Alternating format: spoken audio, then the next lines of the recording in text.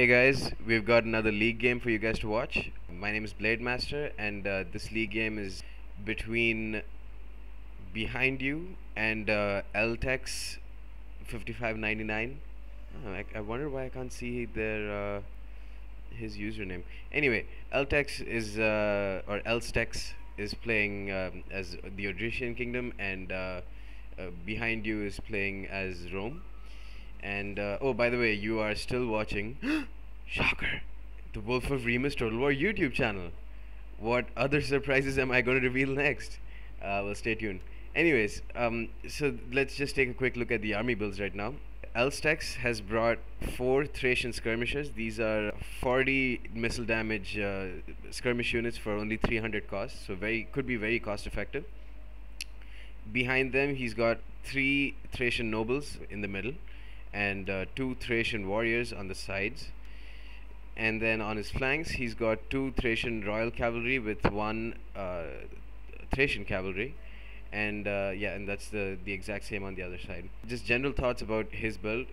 It seems a bit too focused on elite units, so quality over quantity.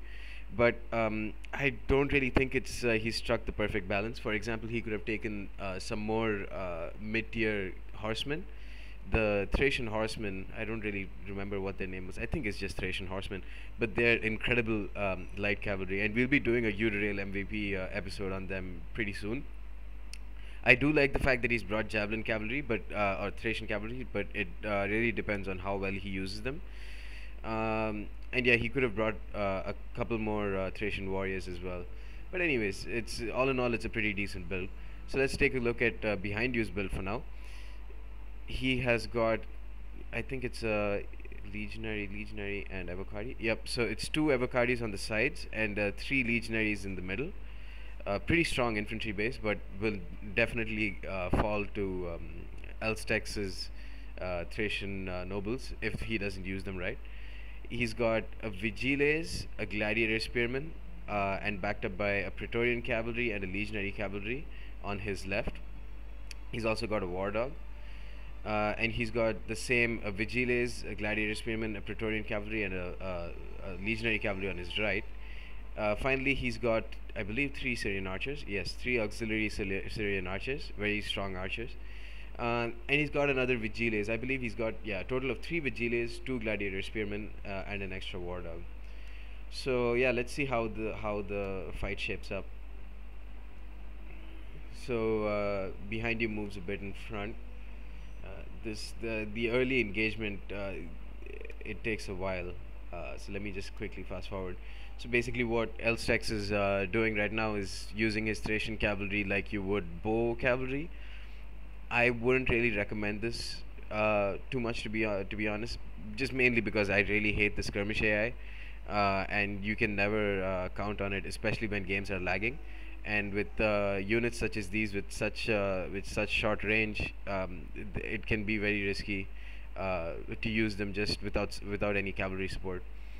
A much better use of them, in my opinion, would be if he advanced all of his units and brought them to around here, just out of range of his Syrian archers, advanced his cavalry to somewhere around here, and then brought his javelin cavalry to start harassing his high value targets such as his Praetorian cavalry, force them to be a bit aggressive to try and chase after them, and then try and catch them with his own cavalry while they are while they've got their sides or their backs to them. Could have been a nice I mean that could work. And then javelin cavalry really excels at and especially these guys. I really like these guys. I think they're among the most cost-effective javelin cavalry, apart from maybe Galatian raiders in the game. So what he could have done with these guys is, if that happened, and he engaged his Thracian royal cavalry around here, he could have moved his Thracian cavalry behind, and he would have a ton of options. Either fire fire arrows or fire javelins at the back of the Praetorian cavalry, or the legionary cavalry, who would definitely be engaged as well, or he could turn around and rear charge his auxiliary Syrian archers while his incredibly powerful infantry engaged his infantry, engaged behind you's infantry from the front. Could have led to a mass rout as well, but of course that didn't happen. This is just my hypothetical. Uh, what is a bit surprising is that behind you hasn't used his war dogs on the Thracian cavalry yet. I personally would have, but then he probably is just looking for these Thracian skirmishers. These guys would have been probably better targets to aim at. So he's probably just waiting for them to come into distance. So anyways, let's put this on play and let's see what's going on. So good micro by behind you right now. He's bringing his Syrian archers for support. Lstecz actually does some really good maneuvering by with his javelin cavalry in the early stages. Fires off a volley with his left. I'm going to focus on his left cavalry because he did like a really nice move over here. He basically what he did was he fired off a volley and then turned around and ran in just the perfect time. Like when these guys shot a volley off, they just missed him, and he got a perfect volley as well. So yeah, I mean he did some pretty impressive micro techniques, but just the fact that he was being so aggressive with his Thracian cavalry, that's not really something I would recommend. Of course, if they were longer range like bow cavalry, it would have been a perfect strategy to pick. But anyways, this goes on for a while. I'm kind of tempted to just he gets off this volley and runs away. I believe he's just microing them. I mean he's focusing all his micro on them, on his two javelin cavalry for now. Get some shots off on his gladiator spearmen. I believe this is the time. Yeah, they're firing.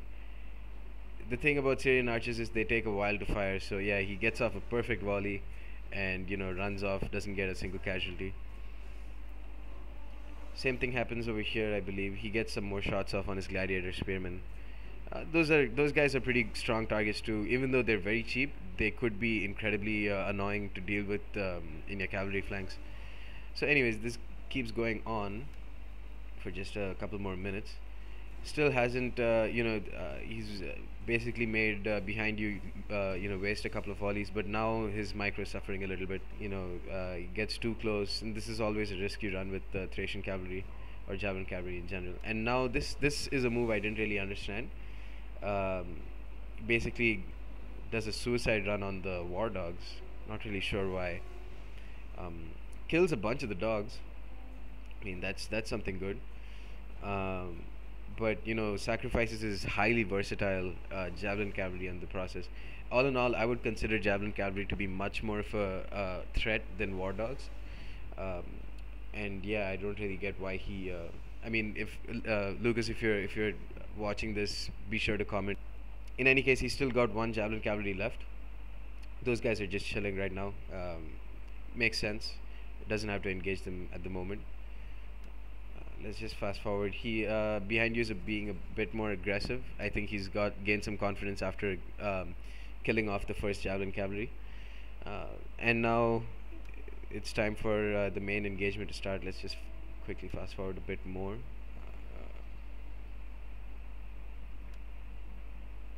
Since this is the first league game between the two, I can understand that there was a slight bit of nervousness and just sizing each other up.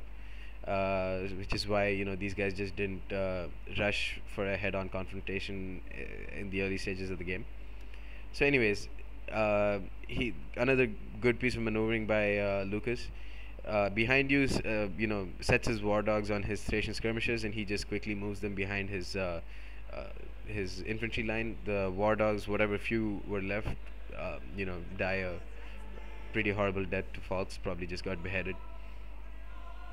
Now he moves his royal cavalry a bit more to the flanks.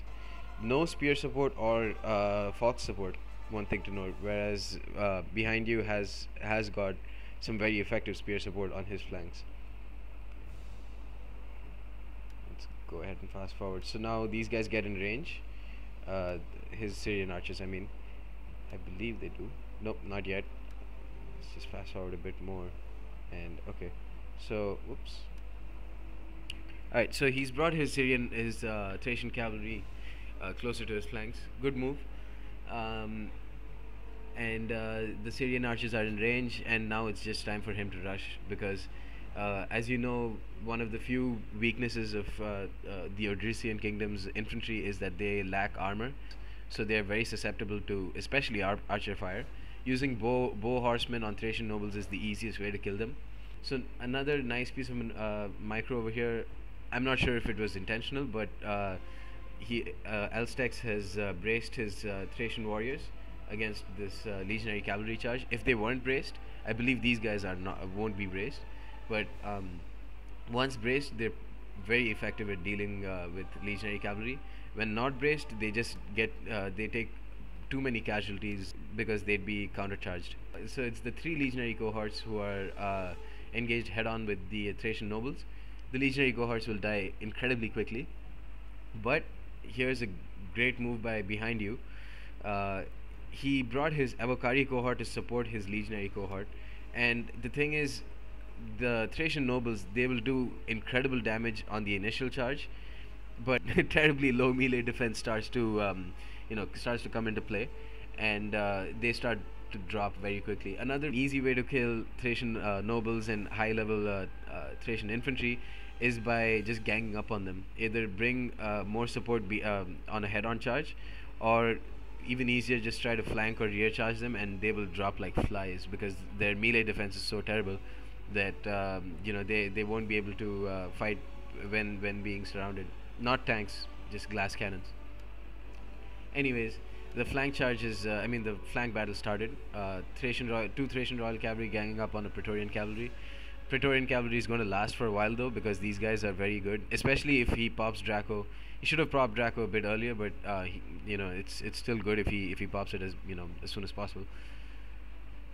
Praetorian Royal Cavalry getting Praetorian Cavalry getting a rear charge on Thracian Royal Cavalry over here. These guys will do pretty good, and using Draco over here would be a great move because Thracian warriors, if you don't know, have a hidden 15 bonus versus cavalry.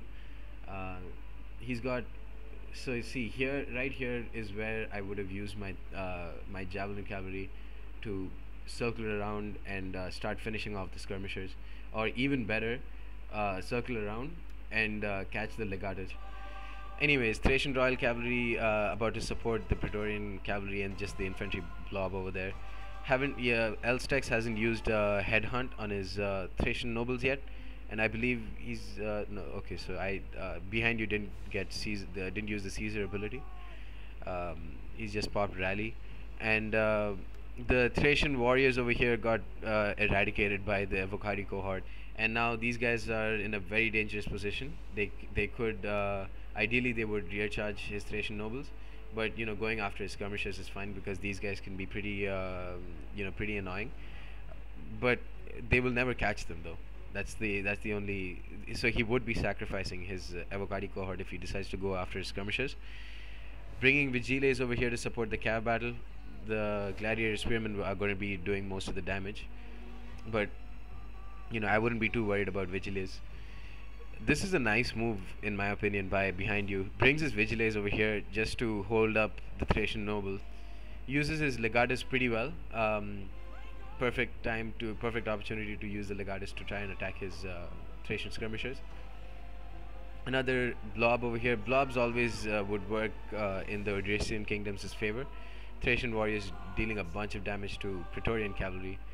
Like I said, the Thracian noble his Thracian noble Gen is the first to start wavering and dying because they just got ganged up. They got a nice charge on the legionary cohort, but the legionary cohorts were backed up by Evocari cohorts pretty soon. So yeah, their low melee defense came into play. Yep, his generals routed. That's not a good sign. He should immediately bring his Thracian nobles over here. But I can understand if that's just a lot of micro. But yeah, these guys are going to drop like flies to archer fire. Oh, he does bring his Thracian cavalry over here.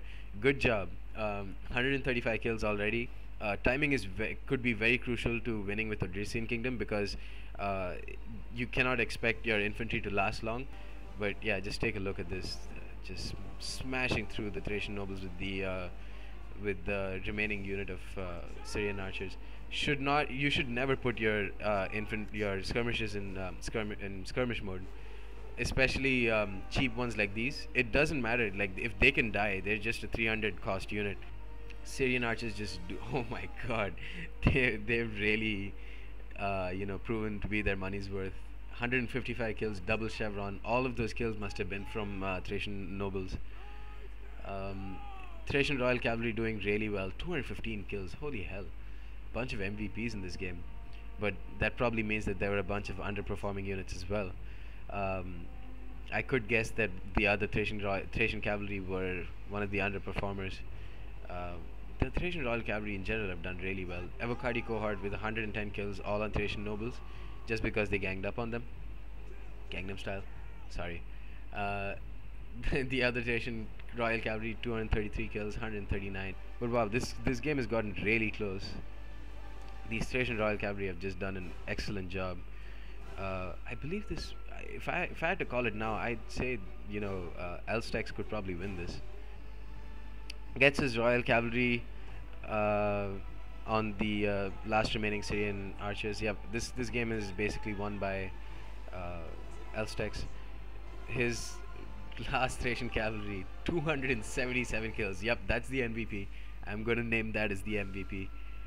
He gets the general kill as well, and basically wins the match for Lstecz.